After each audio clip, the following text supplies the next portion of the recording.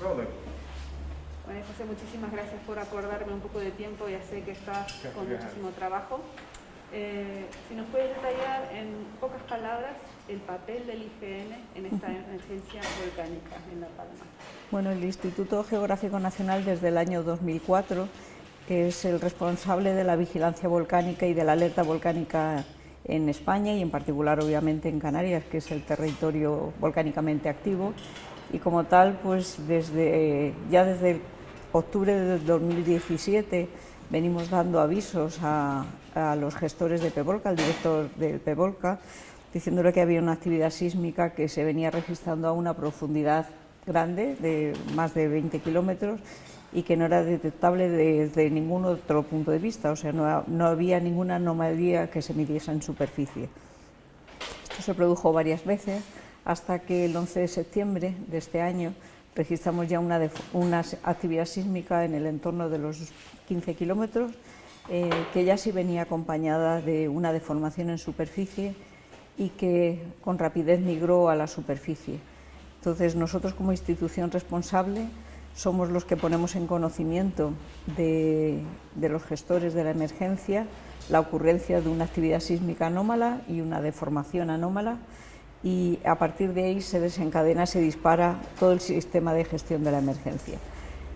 Pero el sistema de vigilancia que el Instituto Geográfico Nacional tiene actualmente operativo en Canarias permite detectar cualquier parámetro que tenga un valor anómalo y que pueda ser tenido en cuenta para avisar de una posible emergencia o situación anómala simplemente. ¿Y ustedes se dedican más que nada a la actividad sísmica o tienen otros equipos de medición también? No, nosotros abarcamos la totalidad del espectro de la vigilancia volcánica.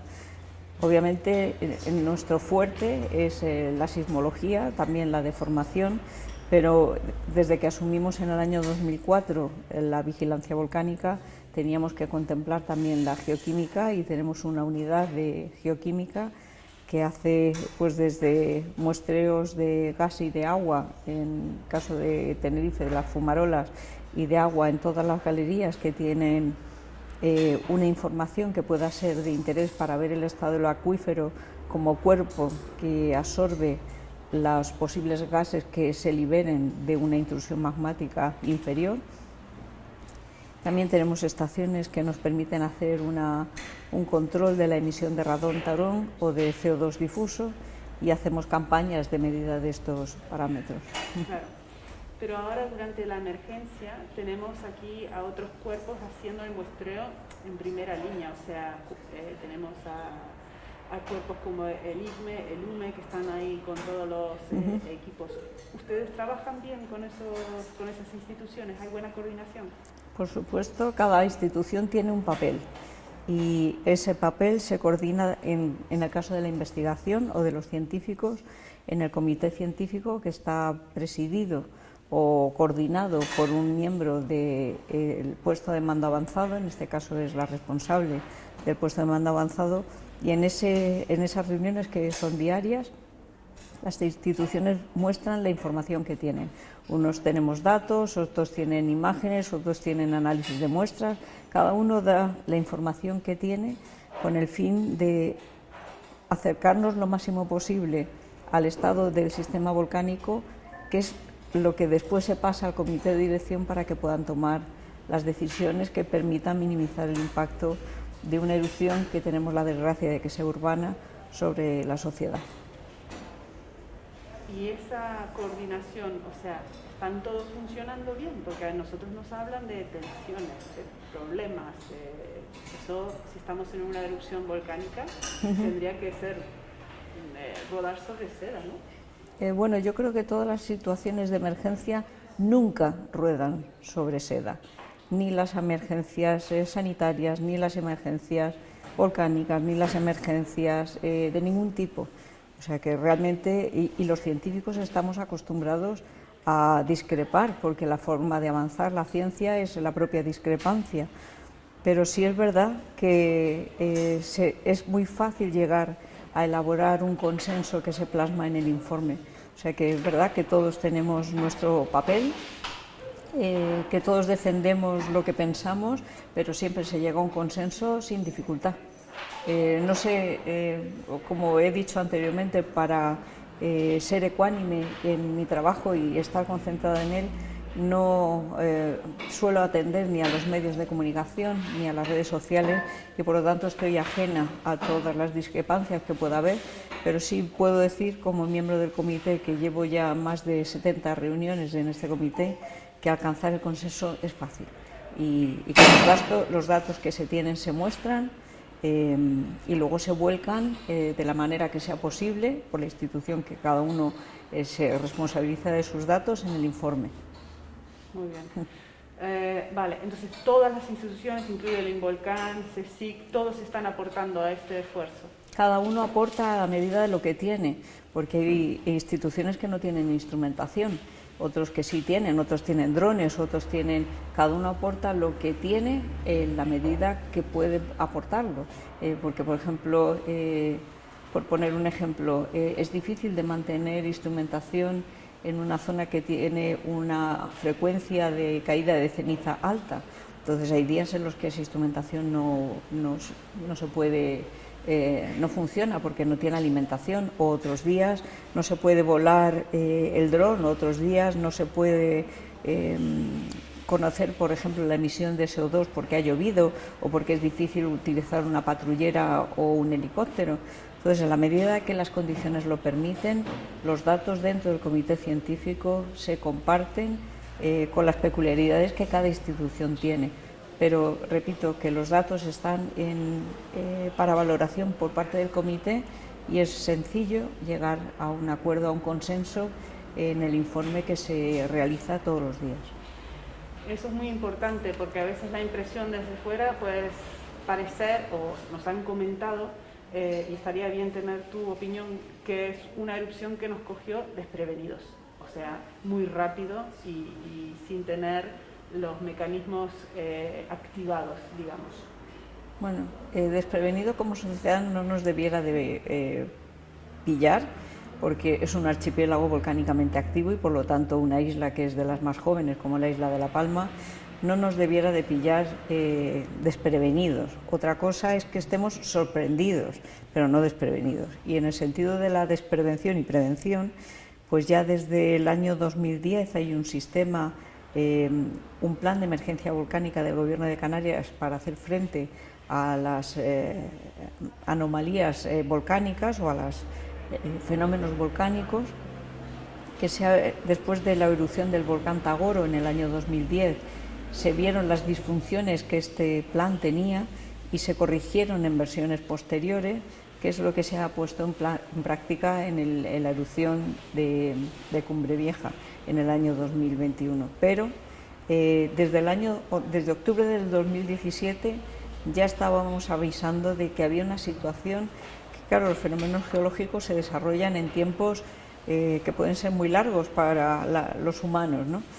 Pero sí es verdad que se han producido ya varias situaciones, se produjeron varias situaciones desde octubre del 2017 hasta septiembre del 2021 que nos hacían entrever que había una entrada de material magmático por debajo del edificio insular.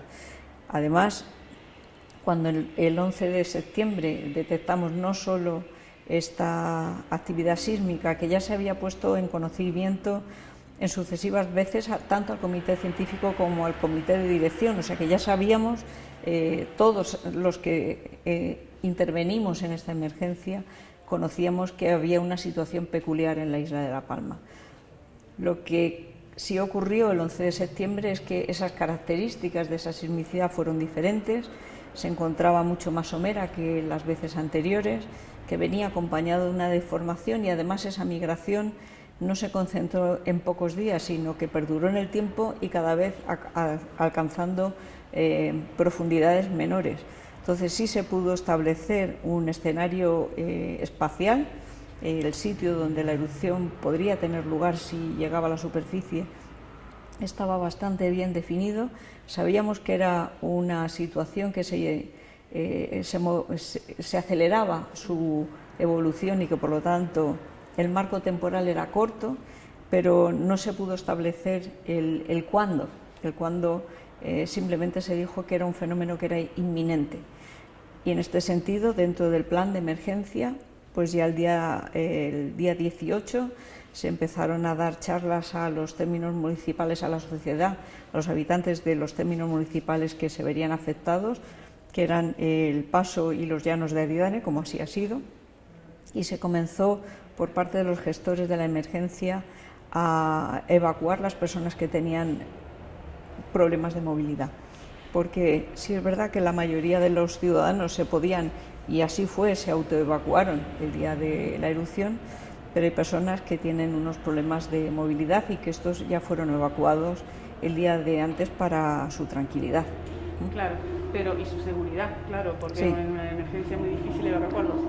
Pero yo quiero recordar que 1 o 2 días antes de la erupción te entrevistaron en la televisión y recuerdo sorprenderme porque tú dijiste con toda contundencia y seguridad, no, vamos a tener una erupción seguro.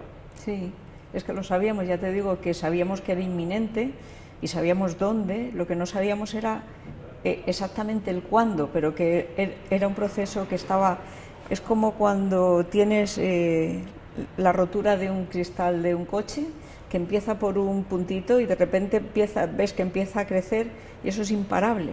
Pues era un proceso que estaba acelerado, veíamos que iba a culminar en superficie, pero no sabíamos el marco en el que este fenómeno se iba a desarrollar.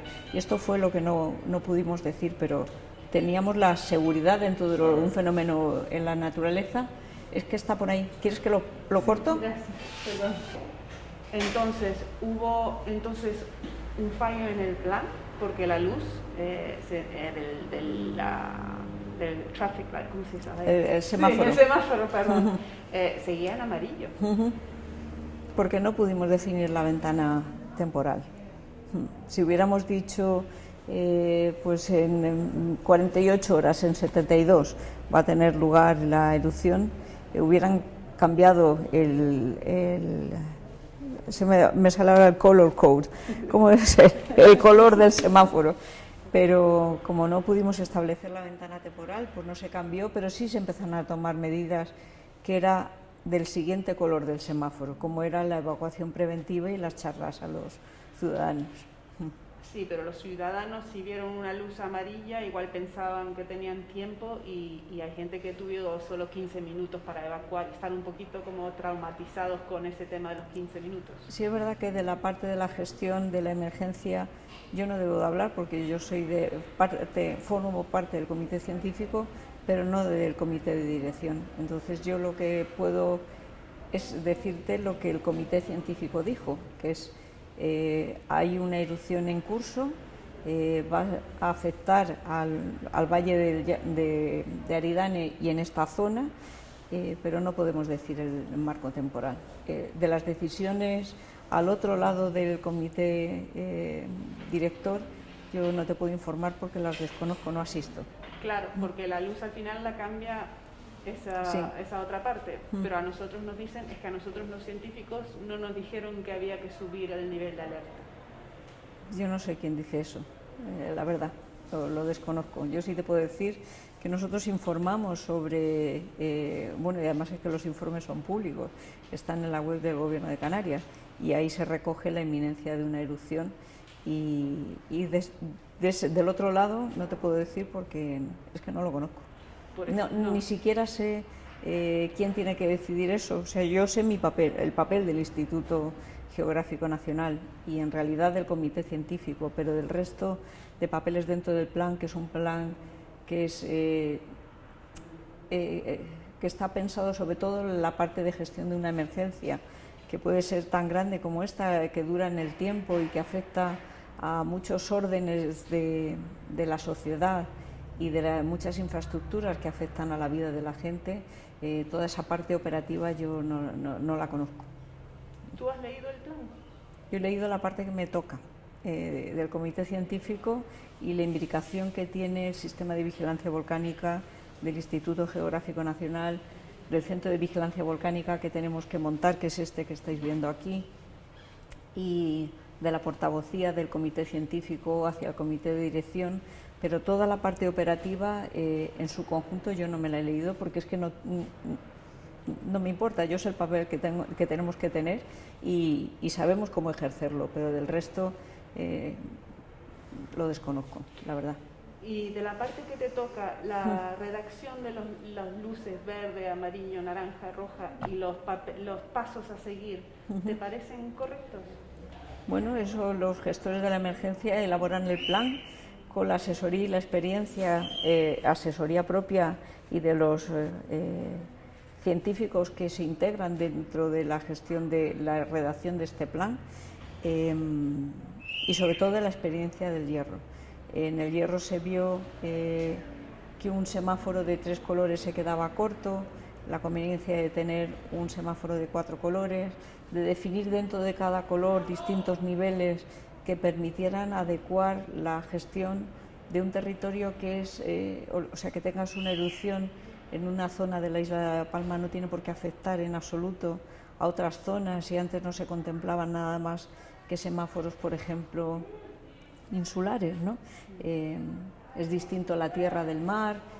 Bueno, yo creo que hay muchos factores que hacen necesario el tener un código de colores más ampliado y dentro de cada color distintos niveles que permitan adecuar la gestión a las zonas en las que cada peligro se manifiesta, porque podemos tener una zona con una elevada sismicidad, pero no necesariamente tiene que coincidir con una zona de, por ejemplo, una emisión de gases importante, ¿no? Entonces, todas estas diferencias y peculiaridades que además se mantienen largos tiempos, como estamos viendo en esta gestión de esta emergencia, pues necesitan tener un sistema que sea versátil, que permita adecuarse a las condiciones. Precisamente por eso a mí me sorprendió ver, por ejemplo, que no subió a naranja, entonces se quedó en amarillo, porque naranja realmente la gente ya prestaría más atención. Con siempre mirar para atrás es muchísimo más fácil que actuar en el momento, pero podría haber sido más útil quizás subir a naranja para que la gente esté más preparada. Te repito que toda esta información se la tienes que preguntar a los gestores de la emergencia, que no soy yo.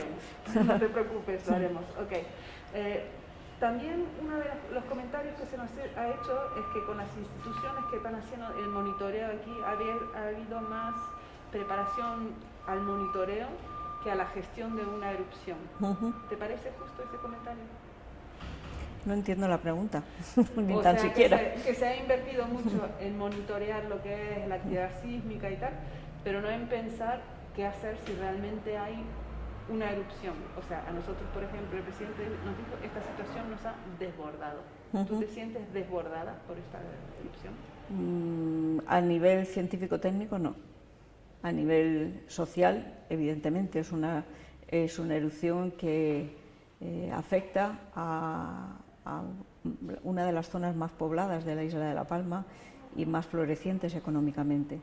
Y, por lo tanto, no me sorprende el fenómeno volcánico, aunque sí es verdad que según la corta historia escrita de las erupciones volcánicas en la isla de La Palma, está alcanzando unas duraciones que parece que se van a superar a las pocas erupciones que están descritas, pero científicamente y técnicamente no sorprende. Sorprende si, por ejemplo, a nivel volcánico, lo rápido que se desarrollan los fenómenos. Es un fenómeno que tiene mucha energía y por lo tanto su evolución es muy rápida. Tiene episodios que son muy cortos, que cambian muy rápidamente y eso, por eso hay que hacer una vigilancia muy de cerca. No puedes necesitas tener los datos en tiempo real y personas que puedan mirarlos en tiempo real, depurarlos y analizarlos y valorarlos, porque es un sistema que cambia mucho.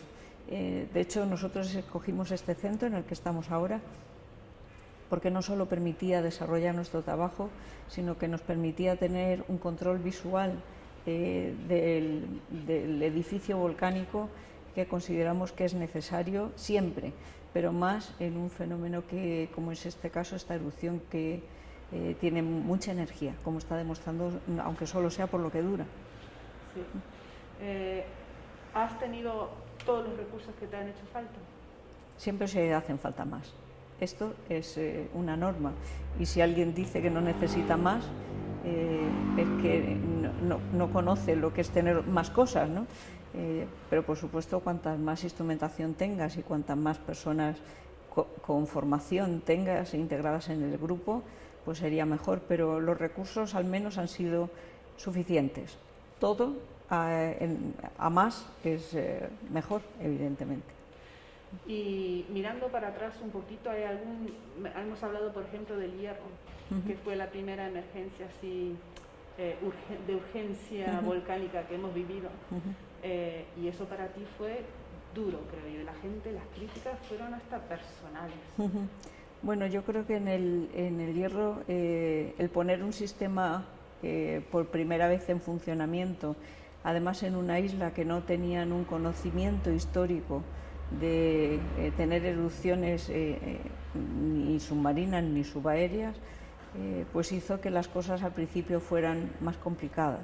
Además, pues ya recordaremos que la sismicidad empezó en julio en el mar, en el norte, en el Golfo, que persistió en esa zona, incrementándose el número de terremotos, incrementándose su magnitud, siendo cada vez más frecuentemente y más fuertemente sentidos, hasta que a finales de agosto, comienzos de septiembre, migrando hacia el sur, cruzó la dorsal este-oeste y empezó su migración hacia el sur. O sea que esa emergencia, antes de ser una emergencia volcánica, ya hubo sismicidad fuertemente sentida, cierre del túnel, posibilidad de desprendimientos, evacuaciones de casas. Cuando ya la erupción empieza al sur, pues ante la posibilidad de que tuviera fenómenos explosivos en superficie, primero fue por la intensificación de la señal del tremor, se evacuó la población, o sea que teníamos el norte parte evacuado, el túnel cortado, el sur parte de la población evacuada. O sea, la situación fue bastante dramática para los habitantes de la isla, y los gestores de la emergencia era la primera vez que ponían en práctica un plan que es complejo, como hemos dicho, con antelación. Entonces, yo creo que el hierro proporciona un conocimiento que permite ahora, posibilita que la emergencia en La Palma sea más sencilla, pese a que la erupción es mucho más complicada su gestión. Muchísimo. Pero desde fuera, con un café, todo es fácil, uno lo resuelve todo. Pero a mí lo que me impresionó muchísimo es que muchas de las críticas que salieron parecían personales, porque tú eres una mujer dentro de la ciencia.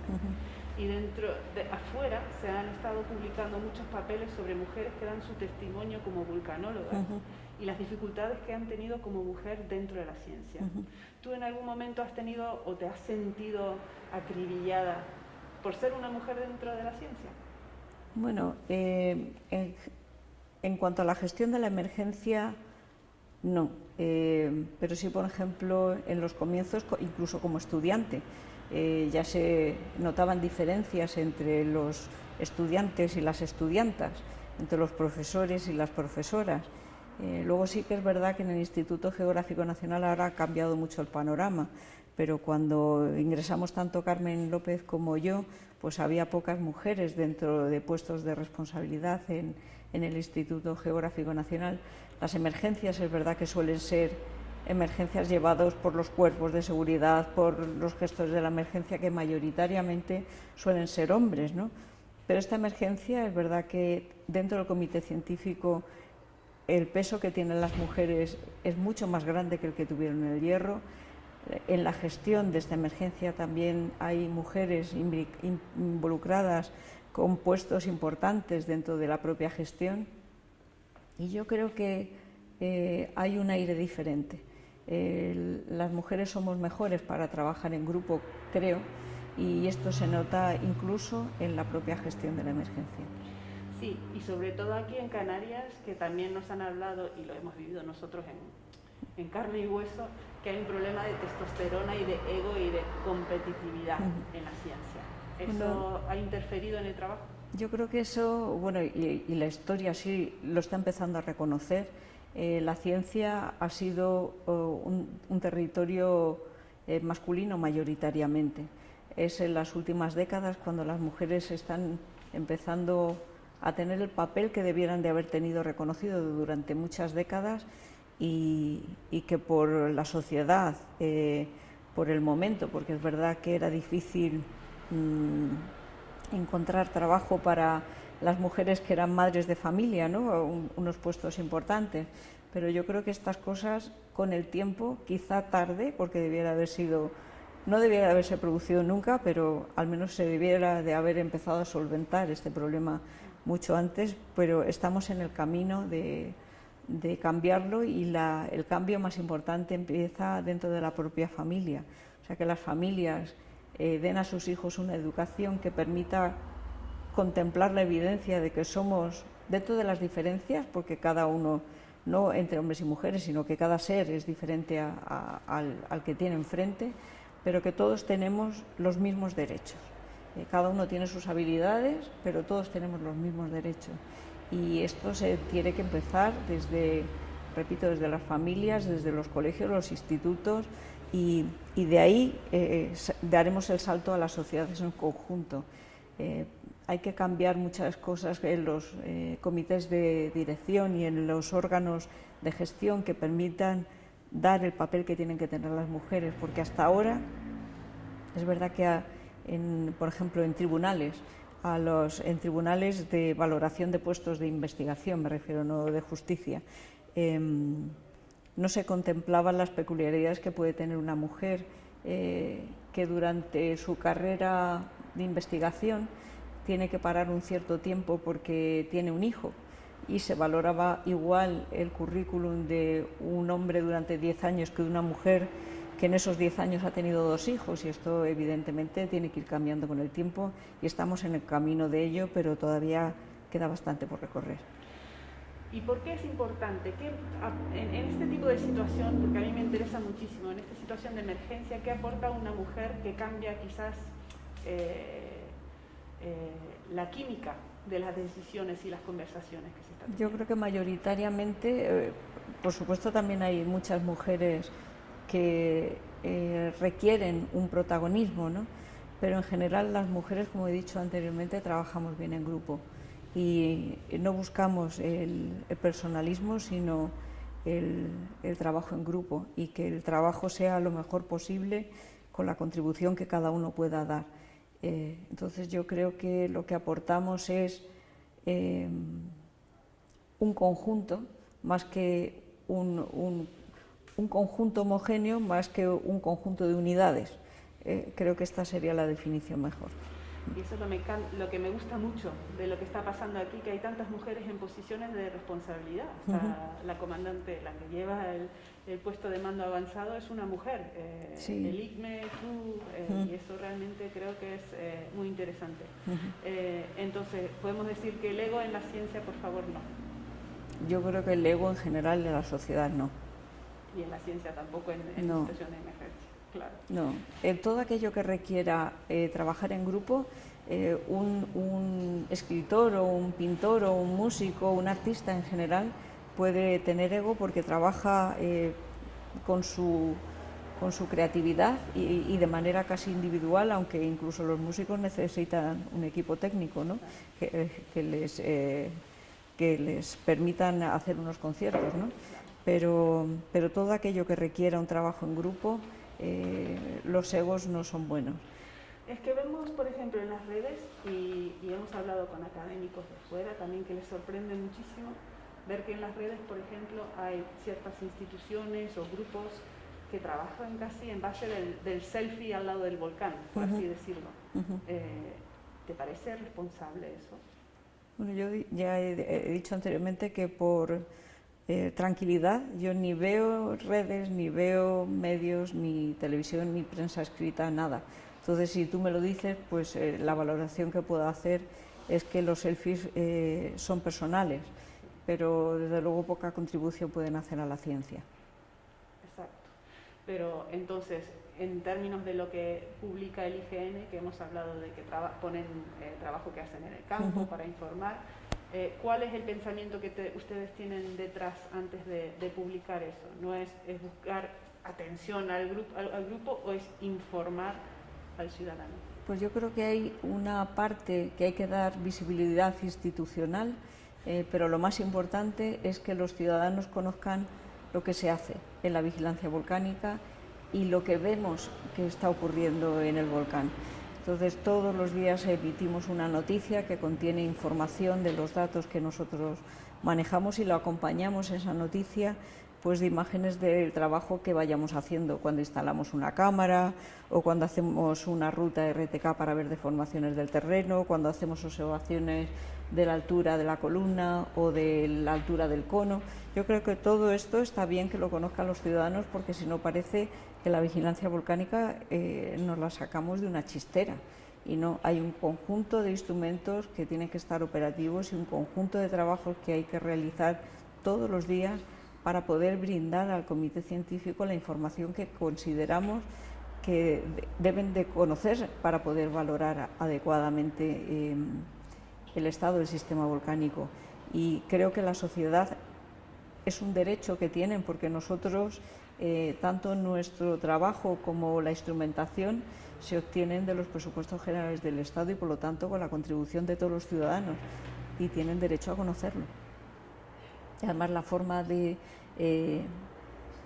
que muchas veces nos brinden incluso ayuda, porque a veces necesitamos acceder a una casa o instalar algo en una vivienda, es que conozcan que nuestro trabajo es serio, es responsable y que redunda en la seguridad y en el beneficio, en este caso, de los palmeros. Eso me lleva a otro tema que a mí me preocupa, el tema de que haya muestreo, o que nos han hablado que hay mucho muestreo, mucha información que se está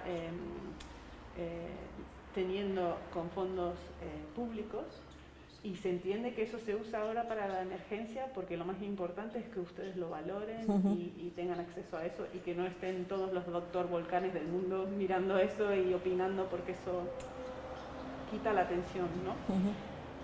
Pero después de la emergencia, toda esa información se debería de compartir para que lo puedan ver los demás científicos. Yo creo que hay que dar porque para estar en la frontera del conocimiento y hacer la mejor valoración durante la emergencia, necesitas tener capacidad y tiempo para poder analizar e investigar con los datos que estás obteniendo.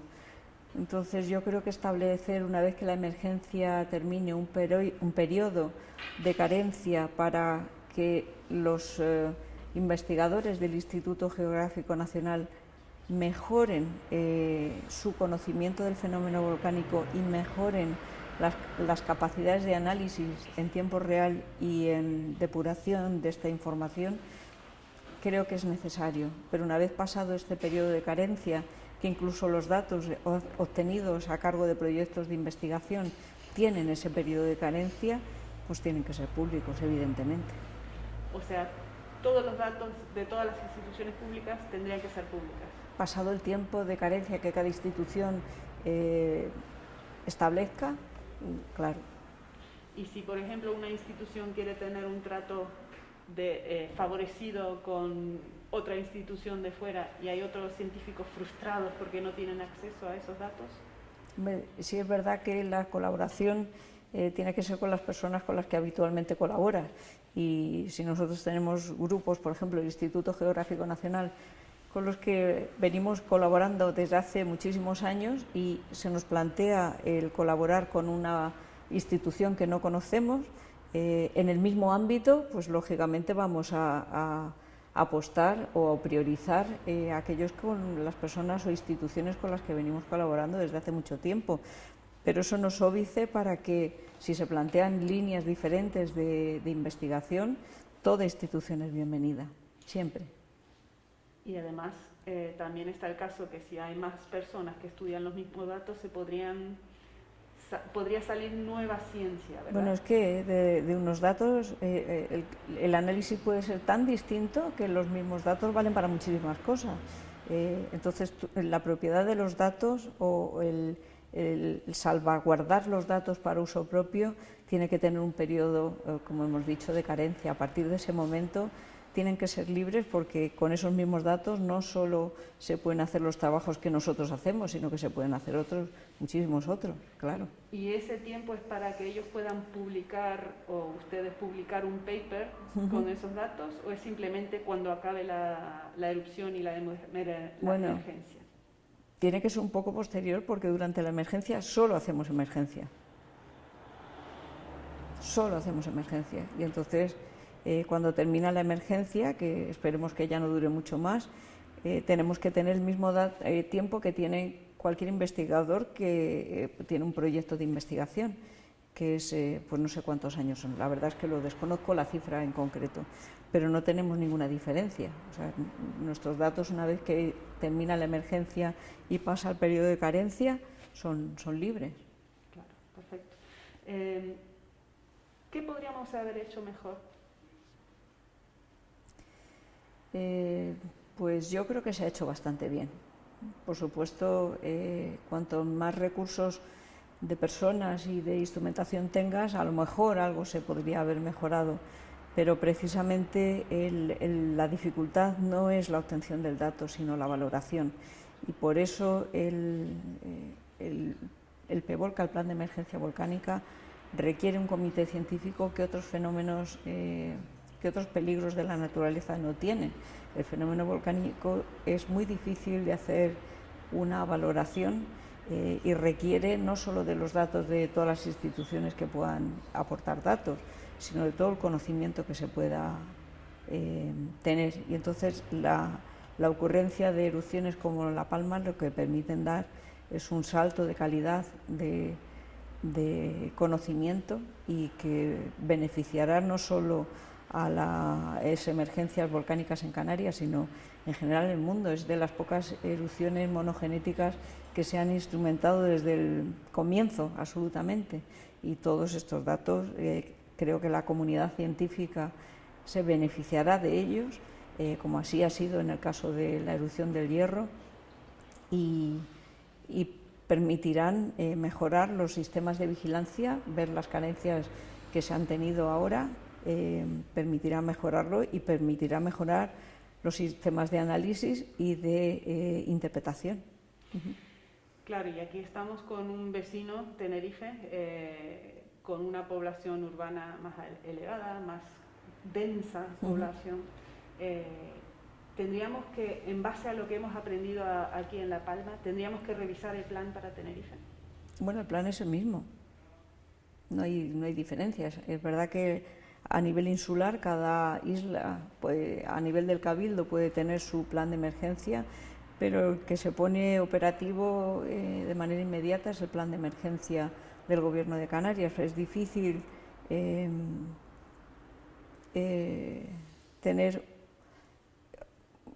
Hay un primer estadio en el que se puede disparar o poner en práctica o poner en funcionamiento un plan de emergencia a nivel insular, bueno, y a nivel municipal también. Cada municipio tiene que tener su plan de emergencia volcánica si se viera afectado por este fenómeno, ¿no? Pero las gestiones en la emergencia volcánica son tan complicadas que yo creo que es difícil que se puedan mantener durante mucho tiempo solo operativo a nivel insular. Y el PEVOLCA es el mismo, sea la isla que sea. Y tendríamos que pensar en tener una alerta a nivel de zonas, porque aquí, por ejemplo, no es lo mismo estar en El Paso, estar en Los Llanos o estar del otro lado, en Santa Cruz de La Palma. O sea, pensar que podría haber luz amarilla en un sitio pero verde en otra. Claro, esto es lo que hemos dicho anteriormente, que el sistema es versátil y permite tener distintos niveles y distintos colores en distintas zonas de una misma isla. Y esto yo creo que se comprendió en el Hierro, que se hablaba de semáforo insular, y ahí se vio que, bueno, que hay zonas que pueden estar completamente al margen o vivir de espaldas de una erupción que se desarrolla en su propia isla. En este caso, bueno, las cenizas yo creo que han llegado más o menos a todos los sitios de la isla de La Palma, incluso islas cercanas, ¿no?, como La Gomera, el Hierro o Tenerife, han recibido cenizas de esta erupción de en Cumbre Vieja. Pero la versatilidad del PEVOLCA permite establecer diferentes niveles en diferentes sectores insulares. Estamos, creo que al día 70 y pico de erupción. ¿Estás orgullosa del trabajo que ha desarrollado tu equipo? Desde luego. Sí. No hay resquicio, sí. ¿Por qué? ¿Por qué me preguntas? porque yo creo que todos hemos dado lo máximo que podíamos dar. Y el que da todo lo que puede dar no se le puede exigir nada más. Perfecto. ¿Y cómo te gustaría a ti que se recuerde la contribución que has tenido tú? Yo en particular, de ninguna manera. Me gustaría que se reconociera el papel de la ciencia. Ese es el mejor recuerdo. Porque tú, ante nada, eres científica, ¿verdad? Bueno, ahora mismo soy gestora de ciencia, pero sí intento que los que están conmigo, que además son más jóvenes que yo y tienen una carrera investigadora por delante, puedan tener todos los recursos que estén en mi mano para poder hacer su investigación, que redunda en el beneficio de todos, ¿no? Porque cuanto más sepamos, mejor podremos gestionar. Y yo creo que lo que mejor se puede recordar y que por ahora es visible y patente y que espero que permanezca el tiempo que esta emergencia dure y que no dure mucho más, es, repito, el papel de la ciencia. Yo creo que pocas veces se ha reconocido de manera importante el peso que tiene la ciencia, porque posibilita el que una erupción que está en medio de una isla, en una zona muy habitada, tenga un perjuicio económico importante, anímico por supuesto también, pero que no haya habido daños personales. Creo que es muy importante y esto la ciencia es quien lo ha posibilitado. Y la última pregunta, si tendrías un mensaje para la gente de La Palma. Pues que siento que hayan tenido que sufrir esta erupción y que les agradezco su comprensión, porque no hemos recibido en ningún momento una palabra altisonante, pese a que están muchos de ellos sufriendo en primera línea el envite de esta erupción volcánica, pero siempre que se dirigen a nosotros es con agradecimiento. Y entonces solo les puedo decir que gracias, nada más. Y por último... Está ya la última. No, se me olvidó una nada más que te va a servir a ti y no a mí. Sí. Es que esperamos ir a Madrid para hablar con Pedro Sánchez y decirle esto bien, esto tal.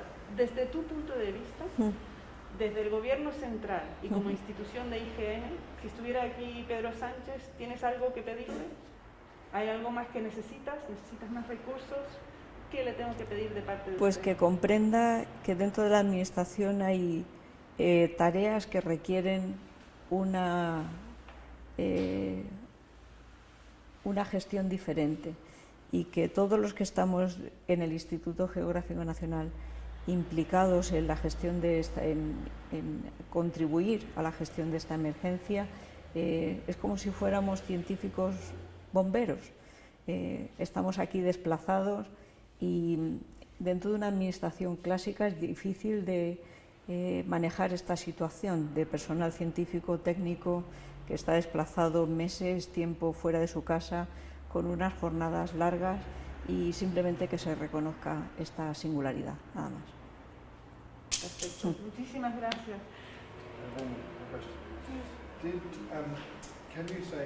Can she, using her own words, say what happened on September the 19th in La Palma? We just need perdón. ¿Qué pasó el día 19? En tus palabras, el día 19, la evolución. La Palma, 19th September. Vale.